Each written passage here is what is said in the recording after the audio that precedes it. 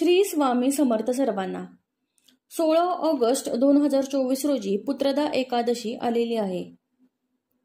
पुत्रदा एकादशीच्या व्रताच्या कथेनुसार असे मानले जाते की हे व्रत केल्याने मनुष्याला संततीचे सुख प्राप्त होते। असे म्हटले जाते की हे व्रत पाळल्याने संतती सुख तर मिळतेच आणि व्यक्तीची सर्व पापे नष्ट होऊन त्याला मोक्ष प्राप्त होतो। व्रताच्या शुभ प्रभावाने धनसंपत्ती वाढते आणि घरामध्ये सुख समृद्धी येते। पुत्रदा एकादशीचे उपाय आज आपण जाणून घेणार आहोत। त्याआधी चॅनलवरती जर का नवीन असाल तर कृपया चॅनलला सबस्क्राईब करा।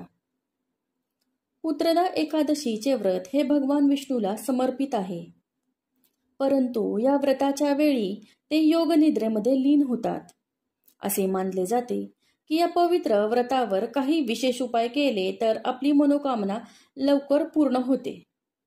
तर आता धनाची आवक वाढण्यासाठी आणि कर्जमुक्तीचे उपाय आपण जाणून घेणार आहोत।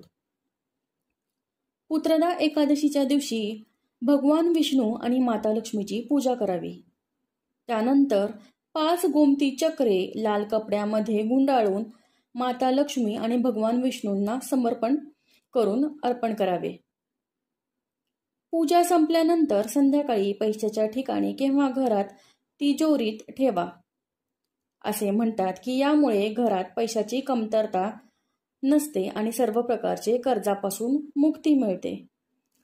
आता जर का तुम्हाला गोमती चक्रे मिळालेच नाही तर एक साधा सोपा उपाय म्हणून अजून एक पर्याय सांगते की तुम्हाला एक खायचं विड्याचं पान घ्यायचं आहे आणि त्याच्यावरती तुम्हाला चंदनाने श्रीम असं लिहायचं आहे।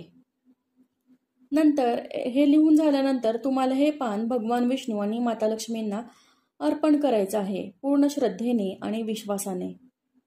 पूर्ण दिवस आणि रात्र झाल्यानंतर दुसऱ्या दिवशी एकादशीचा आपण जेव्हा उपवास सोडतो, पूजा करतो, तेव्हा हे पान तुम्हाला घेऊन तुमच्या तिजोरीमध्ये ठेवायचं आहे।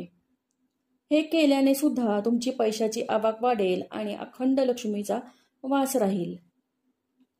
आता ज्या जोडप्यांच्या आयुष्यामध्ये वैवाहिक जीवनामध्ये खूप अडचणी येत असतील त्यांनी हा उपाय करायचा आहे।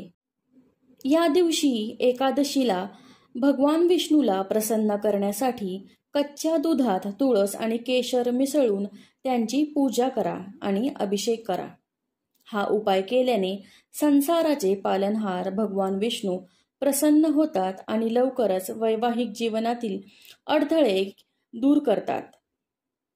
तर हे साधे आणि सोपे उपाय तुम्ही नक्की करून बघा, तुम्हाला ह्याचा फरक पडेल आणि अनुभव नक्कीच येईल। तर आजसाठी एवढेच, धन्यवाद। श्री स्वामी समर्थ। व्हिडिओ आवडला असेल तर एक लाईक नक्की करा आणि चॅनलला सबस्क्राईब करा।